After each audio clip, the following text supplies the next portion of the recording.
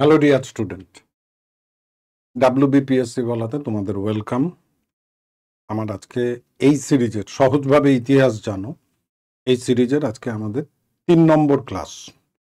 এই ক্লাসে আমরা ডাব্লিউবিপিএসসি, এসএসসি এবং রেলওয়ের যে অ্যান্সার করার জন্য ইতিহাসটাকে সহজভাবে বোঝার জন্যে, খুব সহজভাবে বোঝার জন্যে আমরা যে পড়াশোনাটা করছি সেখানে আজকে আমরা পড়ব আর্য সভ্যতা।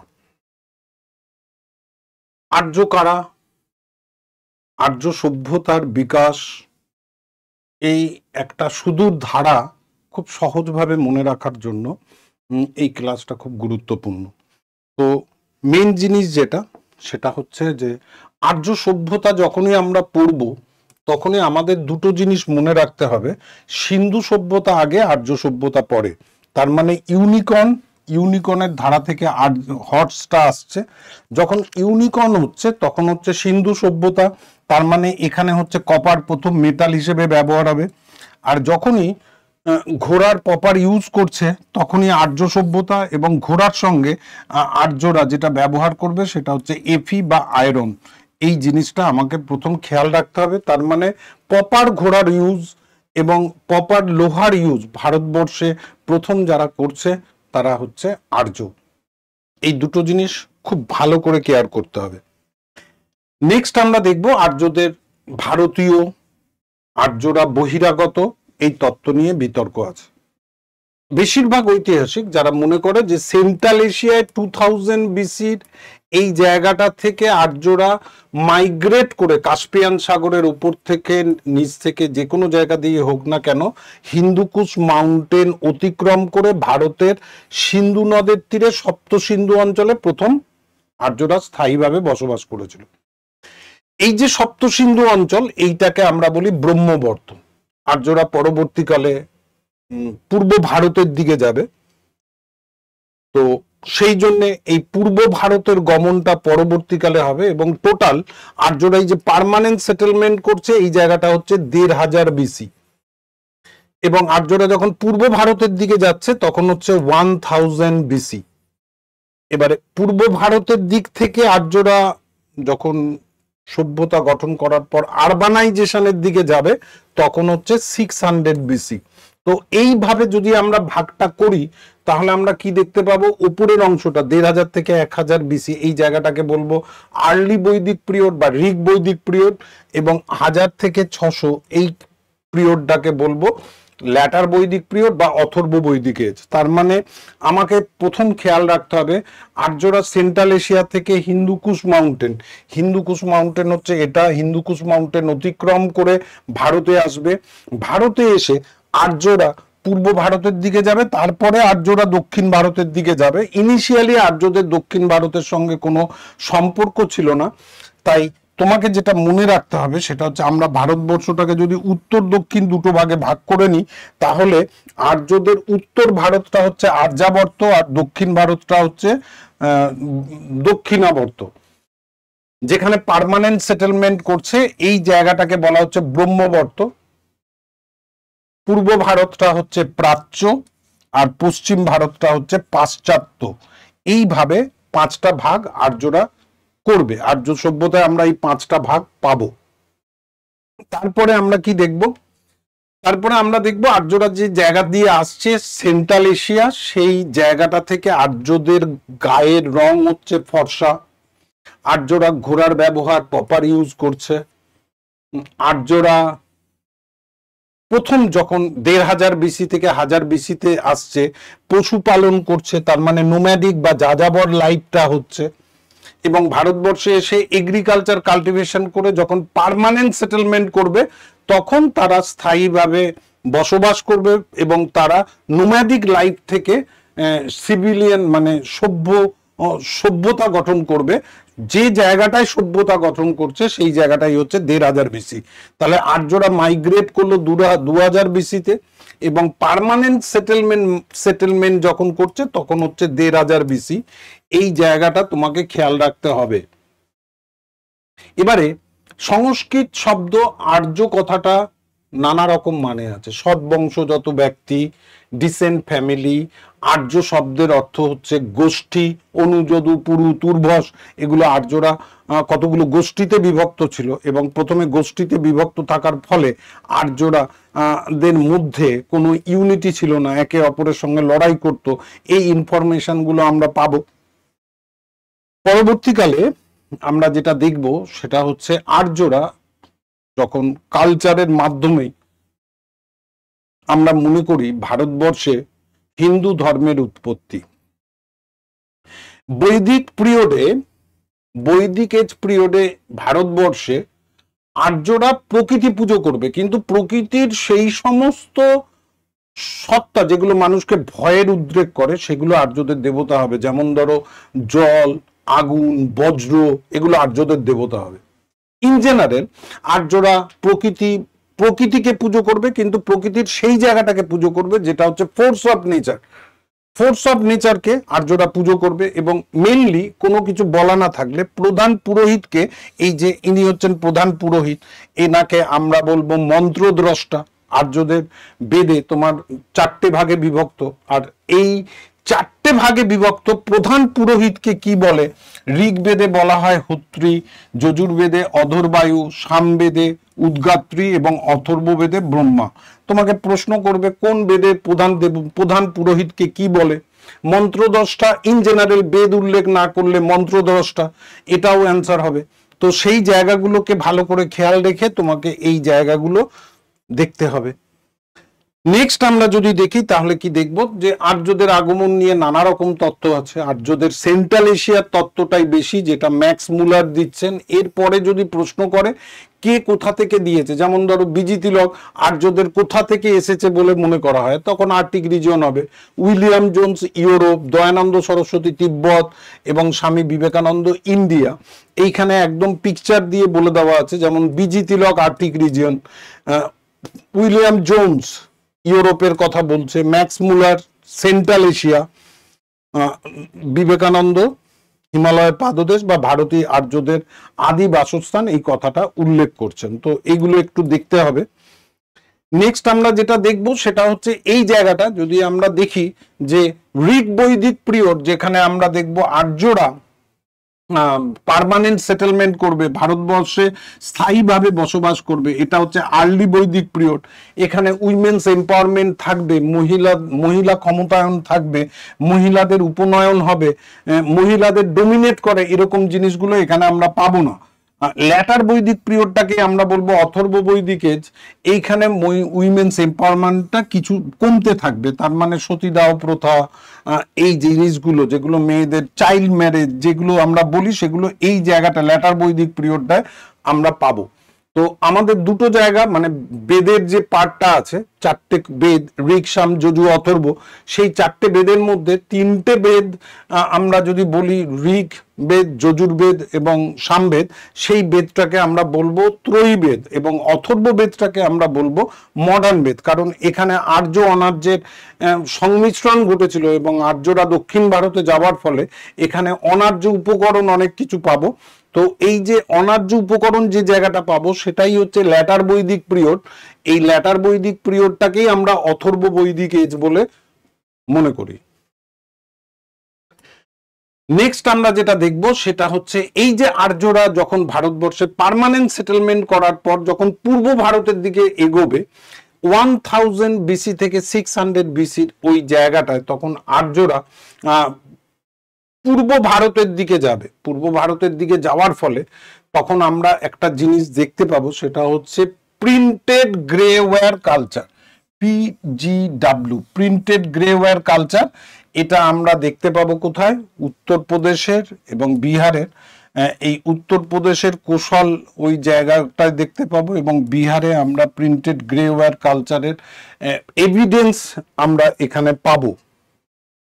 নেক্সট আমরা যদি দেখি আর্যদের ইকোনমিক বা অর্থনীতি, তাহলে আমরা দেখব যে আর্যরা এগ্রিকালচারই আর্যদের প্রধান জীবিকা এবং এখানে ইন্ডাস্ট্রিয়াল ওয়ার্কও থাকবে, মেটাল ওয়ার্কের উপরে কাজ করবে, লোহার অস্ত্র তৈরি করা, মেটালের নানা রকম তামা, সোনার উপর গয়না, এবং বাসনপত্র তৈরি করা, পোটারি থাকবে এবং কার্পেন্টারি থাকবে, এই কাজগুলো তাদের থাকবে। এইখানেও আর্যরাও বিদেশের সঙ্গে ব্যবসা করবে।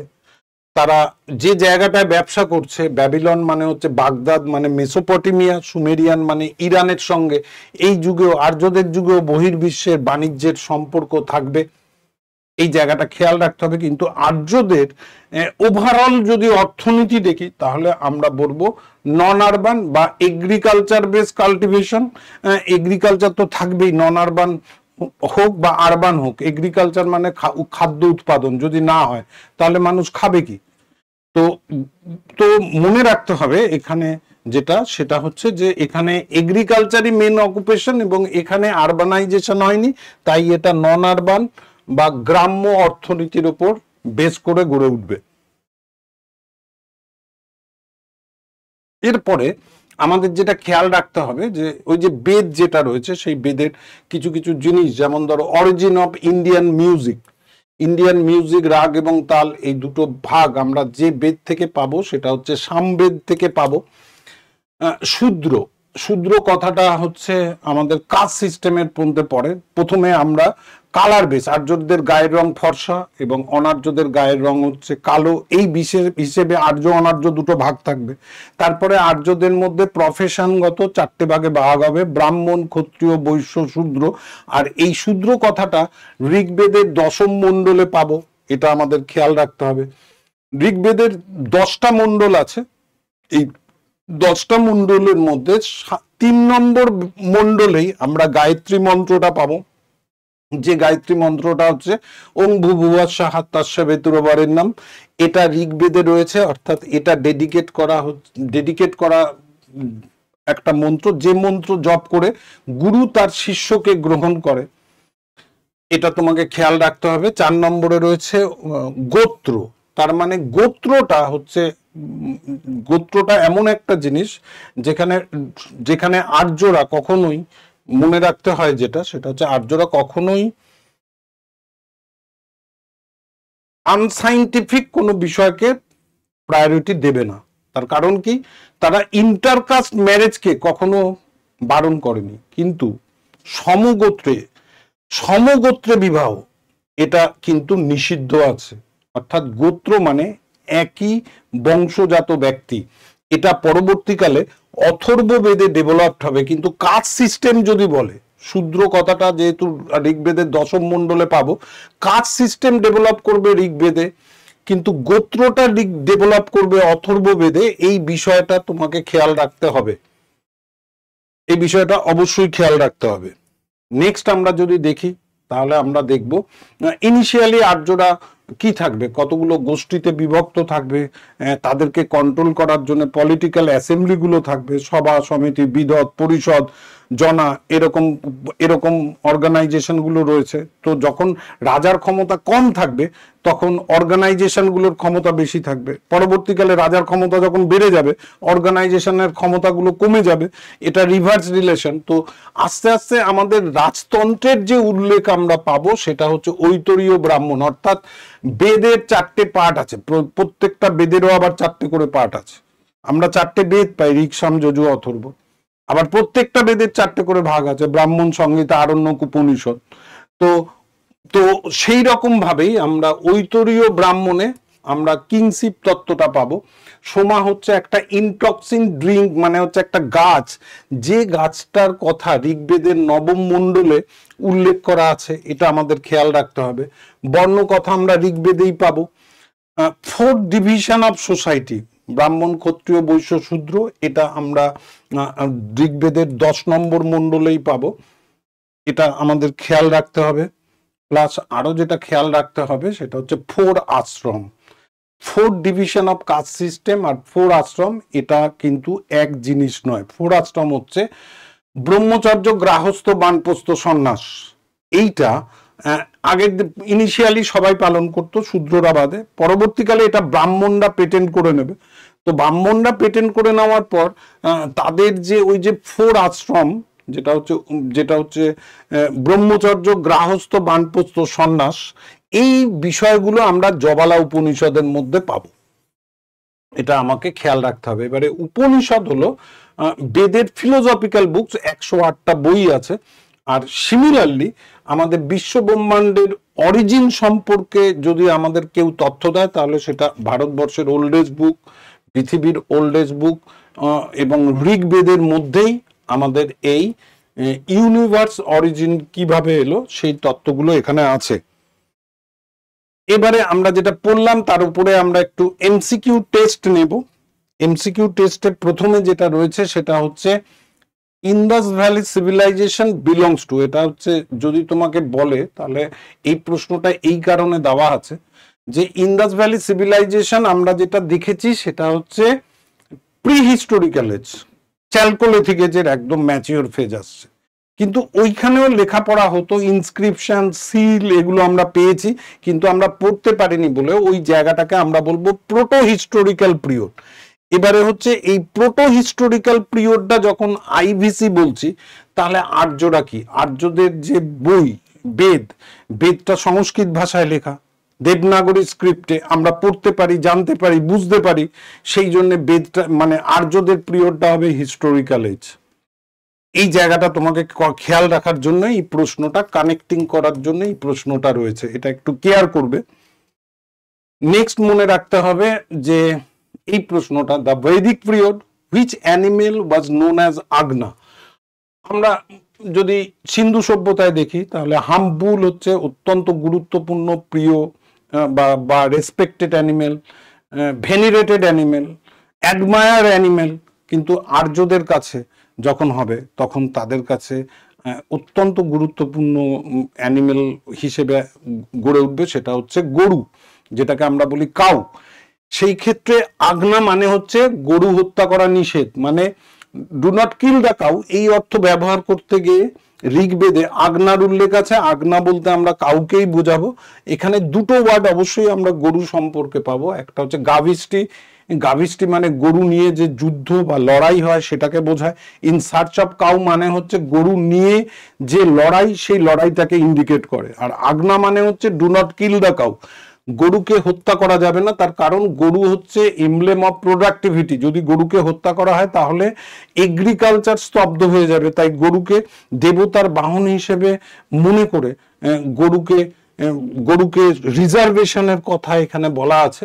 তাই গোহত্যা নিষেধ যেটা হিন্দু ধর্মের রেসপেক্টে বলে সেটা এগ্রিকালচারটাকে বাঁচানোর জন্য বলে। এই জায়গাটা থেকেই এই কনসেপ্টটা এসছে। এরপরে হচ্ছে যে which of the following does not come under shruti literature. শ্রুতি মানে শুনেছি, স্মৃতি মানে মনে রেখেছি, বেদকে শুনেছি, শুনে মনে রেখেছি, তার মানে বেদকেই শ্রুতি বলে, বেদকেই স্মৃতি বলে। কিন্তু পরবর্তীকালে স্মৃতি বইগুলো কিছু কিছু আইনের বই লেখা হয়েছে, যেমন মনুস্মৃতি, যজ্ঞবাল্ক স্মৃতি, নারদ স্মৃতি, এগুলো আইন সম্পর্কিত বই। তাই তোমাকে এখানে মনে রাখতে হবে শ্রুতি বলতে আমরা বেদকেই বুঝবো, এবং বেদের কোনটা বুঝবো, ব্রাহ্মণ, সংহিতা, আরণ্যক, উপনিষদ, এইগুলো হচ্ছে শ্রুতি। তার মানে ঋক, সাম, যজু, অথর্ব যেরকম বেদ, প্রত্যেকের আবার 4টে করে পাঠ আছে, ব্রাহ্মণ, সংহিতা, আরণ্যক, উপনিষদ, তাহলে ওগুলো হবে শ্রুতি। তাহলে কোনটা হবে না, বেদাঙ্গ। বেদাঙ্গটা কি, বেদকে পড়তে, বুঝতে, জানতে যে বই পড়া হয় সেটা হচ্ছে বেদাঙ্গ। বেদের 4টে বই, বেদাঙ্গর 6টা বই, এটা তোমাকে মনে রাখতে হবে। যার মধ্যে একটা গ্রামার, এমনিতেই আমরা পড়ি, ব্যাকরণ কি কি পড়ি, গ্রামারই পড়ি, তো এখানে সেটা একটু খেয়াল রাখতে হবে। নেক্সট যে বইটা পড়বো যে কোশ্চেনটা করবো সেটা হচ্ছে which river has not been mention in Rigveda. ঋগ্বেদে অনেক সপ্ত সিন্ধুর কথা থাকবে, সিন্ধু নদীর কথাই ঋগ্বেদে বেশি থাকবে, গঙ্গা নদীর কথা উল্লেখ থাকবে। তার মানে এখানে প্রশ্ন করেছে which river has not been mention, কোন নদীটার কথা এখানে থাকবে না। তো বেসিক্যালি উত্তর ভারতের নদী যদি থাকে, দক্ষিণ ভারতের থাকবে না, তো স্বাভাবিকভাবে তাপ্তিটাই অ্যান্সার হবে, এটাই স্বাভাবিক answer, D is the correct answer. Next আমরা যদি দেখি তাহলে আমরা দেখব দ্য রিভার মোস্ট মেনশন মানে ঋগ্বেদে যে নদীর কথা সব থেকে বেশিবার আছে সে নদীটার নামই হচ্ছে সিন্ধু নদী। সিন্ধু নদীর কথা সব থেকে বেশিবার আছে, কিন্তু অ্যাডমায়ার, রেসপেক্টেড বা শ্রদ্ধা করত যে নদীটা, সেই নদীটা সরস্বতী। ইন জেনারেল বেদ কোন নদীর তীরে লেখা হয়েছে সেটা আমরা সরস্বতী অ্যান্সার নেব। তো সিন্ধু, এই প্রশ্ন অনুযায়ী অ্যান্সার হচ্ছে সিন্ধু, এটা খেয়াল রাখতে হবে। নেক্সট আমাদের যেটা প্রশ্ন হচ্ছে যে বেদ ডেভেলপ করে যাওয়ার পর, বেদাঙ্গ ডেভেলপ করে যাওয়ার পর ফিলোসফি ডেভেলপড হবে। ফিলোসফির মধ্যে 6টা বই আছে, পূর্ব মীমাংসা তার মধ্যে একটা। এই পূর্ব মীমাংসা বইটা যিনি লিখবেন তিনি হচ্ছেন যামিনী। এখানে পতঞ্জলি যোগা লিখেছে, গৌতম ন্যায় লিখেছে, শঙ্করাচার্য ভক্তি লিডার, ইনি কোনো ফিলোসফিক্যাল বুকস লিখবেন না, সেটা আলাদা বিষয়। নেক্সট হচ্ছে দ্য ইকোনমি অব ঋগ্বৈদিক টাইম। ঋগ্বৈদিক টাইমের ইকোনমি কি হবে, ক্যান নট ইমাজিন, হতে পারে না। ঋগ্বৈদিক পিরিয়ডের যে এগ্রিকালচার বেস অর্থনীতি, সেই জন্য এগ্রিকালচার বেস অর্থনীতি মানে আমরা রুরাল নেব। এর আগে যেটা আছে সিন্ধু সভ্যতা, সেটা হচ্ছে আরবান। হ্যাঁ, আর্যরাও আরবান সিভিলাইজেশন করবে 6th সেঞ্চুরি বিসিতে, এটা আলাদা প্রশ্ন। টু পপুলার অ্যাসেম্বলি অফ বৈদিক পিরিয়ড। বৈদিক পিরিয়ডের দুটো গুরুত্বপূর্ণ অ্যাসেম্বলি হচ্ছে সভা এবং সমিতি। বিদতটা হচ্ছে সব থেকে প্রাচীন। সমিতিতে ইলেকশন হবে, সেই জন্য এইটার এবারে সবার মধ্যে একটা নিতে বললে আমি সমিতিকে নেব, কারণ সমিতিতে ছেলে মেয়ে ইলেকশন হচ্ছে। তো সভা সমিতির জোড়া নিতে বলেছে বলে এটা নেব, কারণ দক্ষিণ ভারতের মহাসভা বলে কিছু নেই, এই কারণে এটার অ্যান্সার হয়ে যাবে সি। এই ধরনের প্রশ্নগুলো একটু মাথা ঠান্ডা রেখে উত্তর করবে, আরামসে রাইট হবে। সভা মহাসভা বললে কিন্তু অ্যান্সার হতো না। এবারে প্রশ্ন হচ্ছে দ্য রিভার যমুনা। হ্যাঁ, আমরা যদি দেখি উত্তর ভারতের নদী পাবো, তার মানে আমরা দেখি গঙ্গা যমুনার অববাহিকা। এটা এরকম ভাবে গঙ্গা যমুনা হয়েছে। তো গঙ্গা আগে দিল্লি আছে, তো গঙ্গা যমুনা যদি আমরা বলে আমরা ঋগ্বেদে পাবো, হ্যাঁ পাবো। আমরা প্রথম ঋগ্বেদেই যমুনার রেফারেন্স পাবো, সেই জন্য এটার অ্যান্সার হচ্ছে এ, যমুনা। উত্তর ভারতের নদী পেতে পারি। এবারে প্রশ্ন হচ্ছে এটা, which of the following Rigvedic god act as an intermediary between God and the people। এই যে ইন্টারমিডিয়েটারি বিটুইন গড অ্যান্ড হিউম্যান বা পিপলের মধ্যে মধ্যস্থতাকারী করছে, সেই কারণে এই দেবতাটাই হয়ে যাবে সব থেকে গুরুত্বপূর্ণ। কারণ কি, সব কাজে তাকে ব্যবহার করা হবে। আমরা যখন দেবতার পুজো করছি বা আরাধনা করছি, তার মাধ্যম হিসেবে তাকে ব্যবহার করছি, সেই কারণে মোস্ট ইম্পর্টেন্ট গড, এটাও নদীর মতো খুব ইম্পর্টেন্ট, সেটা আমরা নেব অগ্নি। আর সব থেকে বেশি ঋগ্বেদে যে দেবতার কথা আছে সেটা হচ্ছে ইন্দ্র। দুটো প্রশ্ন এক নয়, তার মানে মোস্ট ইম্পর্টেন্ট গড, এটা যখনই বলবে তখনই ইন্টারমিডিয়েটার বিটুইন, মানে সব পুজোর জন্যই আমরা অগ্নিকে সাক্ষী রেখে করি। এবং প্রাচীন বৈদিক যুগে যজ্ঞটাই ছিল পুজোর মাধ্যম, যেখানে আইডল ওয়ারশিপ ছিল না। এটার একটা ভাগ আছে, ইনিশিয়ালি গুপ্ত পিরিয়ডের পর থেকে আমরা আইডল ওয়ারশিপ পাবো। তো ইনিশিয়ালি আর্যরা কিন্তু যজ্ঞের মাধ্যমেই পূজা অর্চনা করতো, সেই জন্য যেখানে আইডল নেই, যজ্ঞের মাধ্যমে পুজো করা হচ্ছে, সেটাকে বলা হচ্ছে বৈদিক হিন্দু ধর্ম। এবং আইডল ওয়ারশিপ যেখান থেকে আসছে সেখান থেকে আমরা বলছি সনাতন হিন্দু ধর্ম। তো এই জায়গাটাও একটু খেয়াল রাখতে হবে। তো স্বাভাবিকভাবেই এটার অ্যান্সার হবে বি, এবং কোশ্চেনটা খুব ইম্পর্টেন্ট। নেক্সট আমরা যেটা দেখব সেটা হচ্ছে এটা, হু among the following scholar declare that সপ্ত সিন্ধু বা রিজন, সপ্ত সিন্ধু অঞ্চলে আর্যদের আদি বাসস্থান। এক্ষেত্রে স্বামী বিবেকানন্দ বলছে হিমালয়ের পাদদেশ। তার মানে আর্যদের আসা নিয়ে ভারতের মধ্যে, ভারতের একটা তত্ত্ব আছে, ভারতের বাইরে থেকে আসা তত্ত্ব আছে, সবই আছে। তো এদের যেটা বক্তব্য সেটা হচ্ছে আর্যদের যদি বায়োগ্রাফি বেদ হয়, তাহলে বেদে কোথাও উল্লেখ করা নেই যে তারা বাইরে থেকে এসছে। তো সেই রেসপেক্টে সপ্ত সিন্ধু অঞ্চল যেটা আর্যদের আদি বাসস্থান, সেটা বলবে doctor AC Das. Doctor AC Das এই কথাটা বলবে, সেই কারণে এটার অ্যান্সার হবে এ। নেক্সট দেখো, এখানে হচ্ছে which of the following was the basic unit of বৈদিক সোসাইটি। বৈদিক সোসাইটি ইন জেনারেল ছোট ছোট গোত্র বা ছোট ছোট গোষ্ঠীতে বিভক্ত ছিল। তো এই গোষ্ঠীতে বিভক্ত থাকার ফলে এতে বেসিক ইউনিট, মানে একটা পরিবারকে কেন্দ্র করে সমষ্টি গড়ে উঠতো। তাই এই আর্য সভ্যতায় পরিবার অত্যন্ত গুরুত্বপূর্ণ, এবং এটাই বেসিক ইউনিট। পরিবারের প্রধানকে গৃহকর্তা এই উপাধিতেও ভূষিত করা হয়। নেক্সট আমরা যেটা দেখব, হু among the following was not the god of atmosphere during বৈদিক পিরিয়ড। বৈদিক পিরিয়ডে বায়ুমণ্ডল, অ্যাটমসফিয়ার মানে হচ্ছে বায়ুমণ্ডল, এই বায়ুমণ্ডলের দেবতা কে নয় এটা তোমাকে জিজ্ঞেস করেছে। ইন্দ্র বজ্র মানে বায়ুমণ্ডলে পাবে, মরুত মানে হচ্ছে বায়ু, রুদ্র বায়ুর সঙ্গে যুক্ত, তো স্বাভাবিকভাবেই আমার অ্যান্সারটা হবে ডাইন্স। ডাইন্স হচ্ছে আকাশ, বা এই জায়গাটায় তোমাকে খেয়াল রাখতে হবে D is the correct answer. Next হচ্ছে আমাদের যখন প্রশ্ন করবে, what was the voluntary contribution made by people.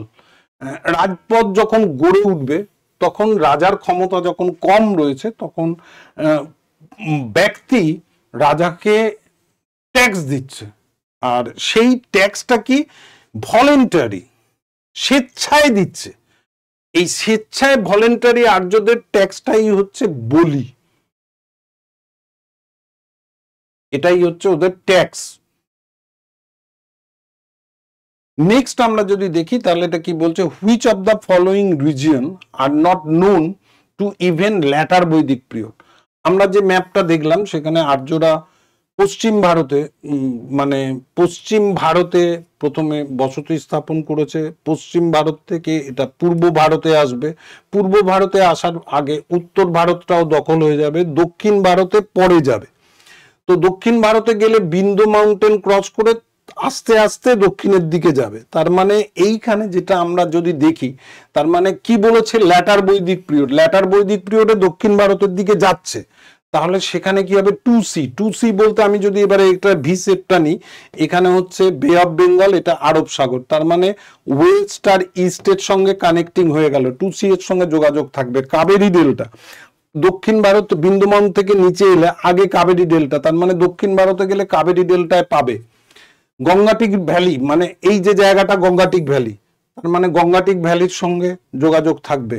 বিন্দু অ্যান্ড ইমিডিয়েট সাউথ, এই যে জায়গাটা বলছে, এই যে ইমিডিয়েট সাউথ, বিন্দু মাউন্টেন এবং ইমিডিয়েট সাউথ যদি বলে তাহলে এই জায়গাটাও থাকবে। এবারে কোনটা আমাদের প্রশ্নটা করেছে কোনটা থাকবে না, তার মানে 2C থাকছে। সাউথ ইন্ডিয়ায় যখন যাচ্ছে কাবেরী নদীর তীরে পড়ে যাবে, আগে বিন্দু মাউন্টেন ক্রস করে ইমিডিয়েট সাউথের দিকে যাবে। তার মানে এই জায়গাটায় যদি তুমি ক্যালকুলেশন করো তাহলেই তুমি অ্যান্সারটা নিতে পারবে কাবেরী ডেল্টা, যেহেতু এটা নিচের দিকে আছে, কাবেরী নিচের দিকে আছে, পরের একদম ল্যাটার বৈদিক পিরিয়ডের এন্ডের দিকে তাদের সঙ্গে যোগাযোগ হবে, সেই কারণে এইটার অ্যান্সারটা নেব কাবেরী ডেল্টা।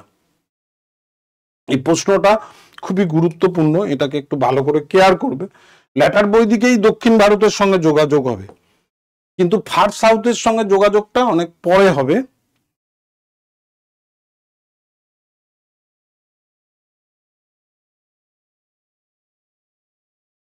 তো আমাদের এই পর্যন্তই হয়েছে। তো থ্যাংক ইউ ভেরি মাচ। প্রত্যেকে ভালো থেকো, সুস্থ থেকো, ভালো করে পড়াশোনা করো, সামনে প্রচুর পরীক্ষা রয়েছে।